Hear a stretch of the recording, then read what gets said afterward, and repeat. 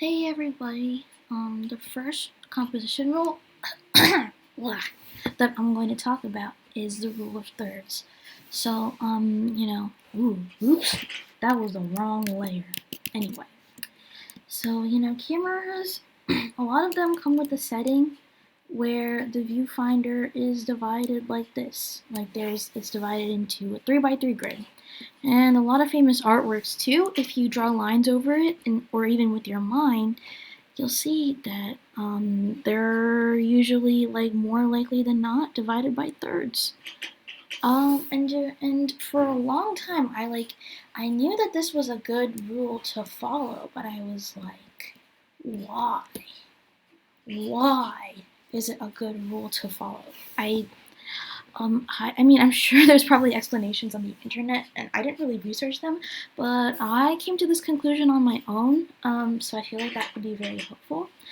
Okay, so this is what kind of like beginner artists start out with, or photographers, and I definitely did this for a long time when I started out.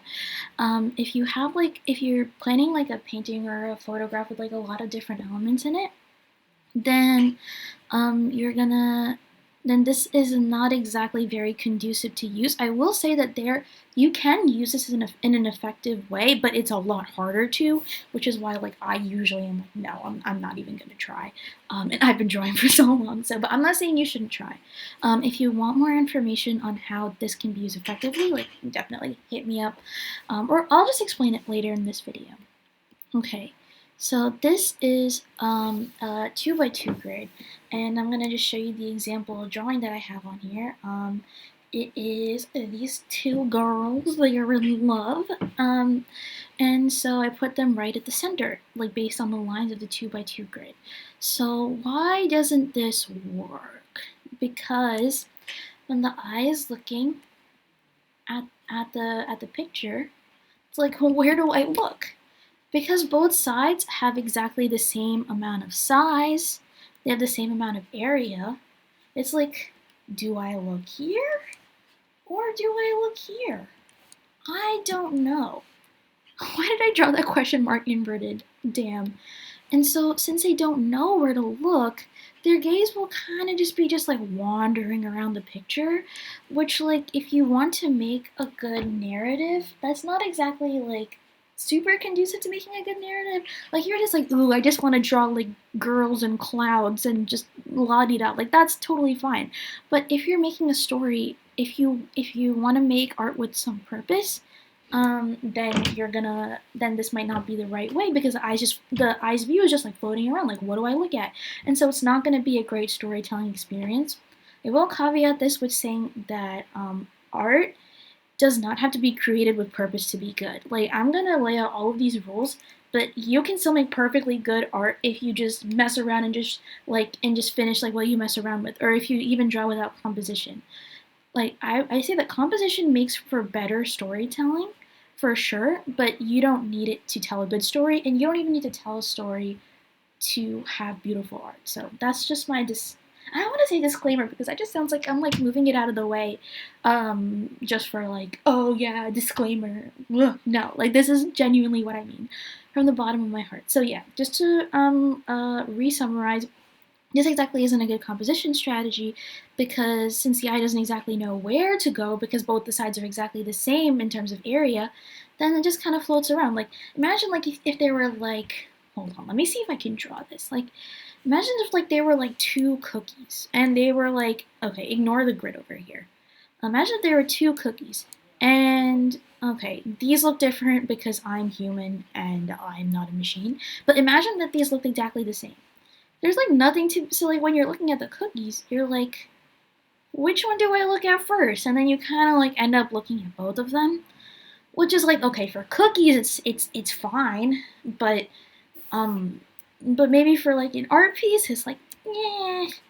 But also I guess this might be like this is a reason that made probably like bakeries like probably might have a lot of like variety in their stuff instead, where it's like they have like all sorts of stuff next to each other.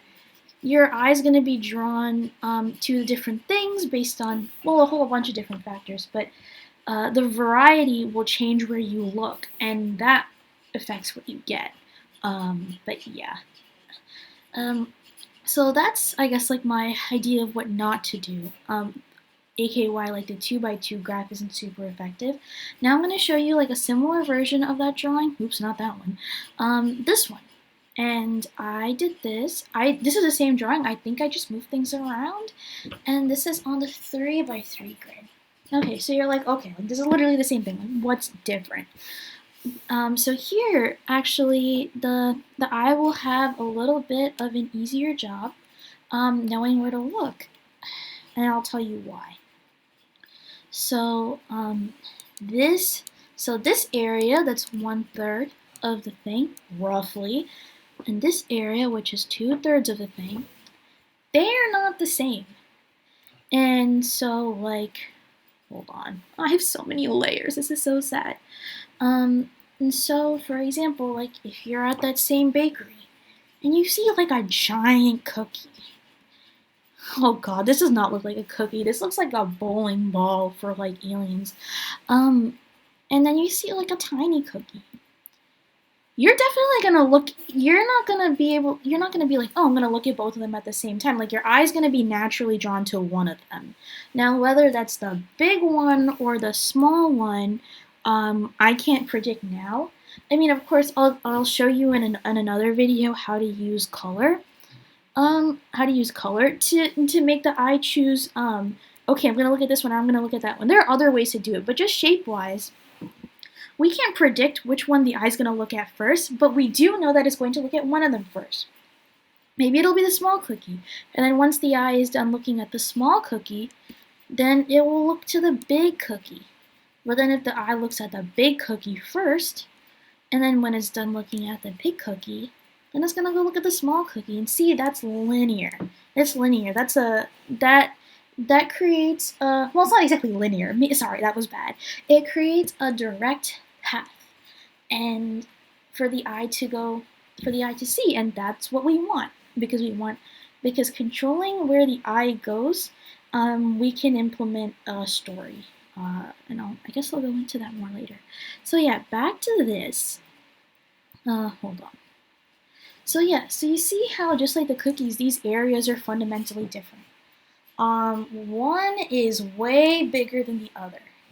So just in the planning stage, we can't really control where the eye will look. We can't control if the eye is gonna look to the left of this girl over here, and we can, or to the right of this girl. But the thing is, it's definitely going to go for sure in either one of those two directions because they're different.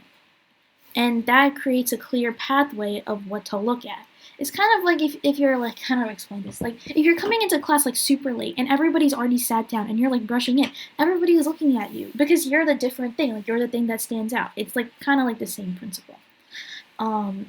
So yeah, again, so whether the eye looks to the right of this girl because this area is a lot bigger, or to the left of this girl because that area is a lot smaller, well, we can't really predict at this point because we didn't put any like color composition or anything into it.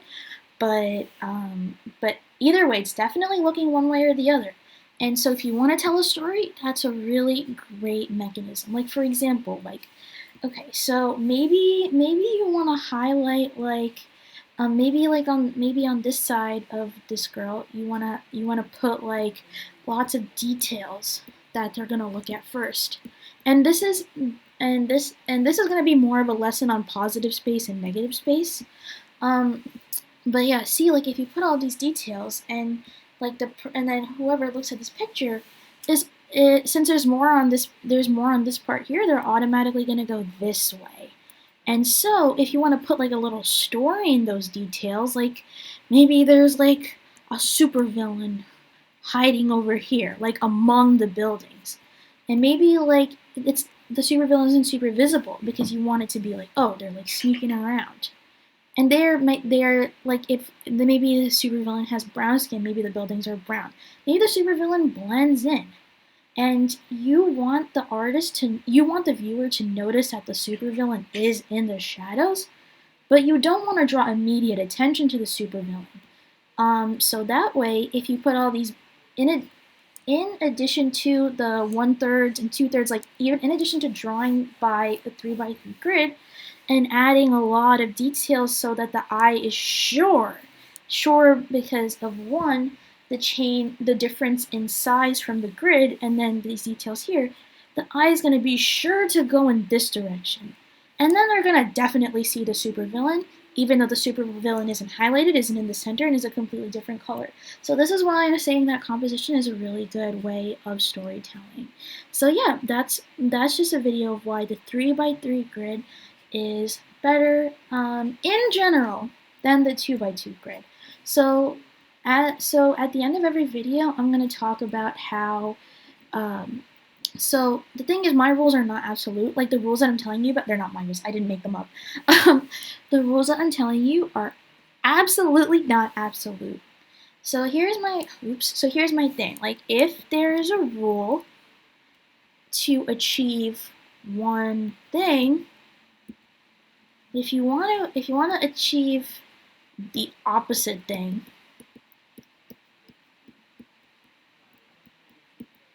you're gonna want to break that rule. Okay, so how does that work? So I'm thinking like, all right, so is there a scenario where I want to make sure that the viewer's eye does not know where to look at all? And there are going to be scenarios like that. I think one thing that I came off the top of my head is this like young adventurer. Well, it was going to be a guy, but then I drew on. Well, you know what? It's still a guy. Hairstyles are they're not outside the gender binary. So this is our guy. His name is Bob. Yeah, so hairstyles are not exclusive to gender. Sorry about that. This guy's name is Bob, and well, that's not important. I just wanted to give him a name. So maybe Bob is journeying through hell. Wow. Well, that looks like a cow. It doesn't look like a demon. Well, I tried. Okay, I'm not good at fantasy. So we're just gonna put like demons like everywhere, like basically like in accordance to this thing. Boo! Oh. And then like over here too. That just looks like a demented bowling ball. All right. So here, like this is basically like by like the 2x2 grid. All right. Oh. Oh no. Well, okay, ignore that. Ignore my, oh no, I'll expand on that later.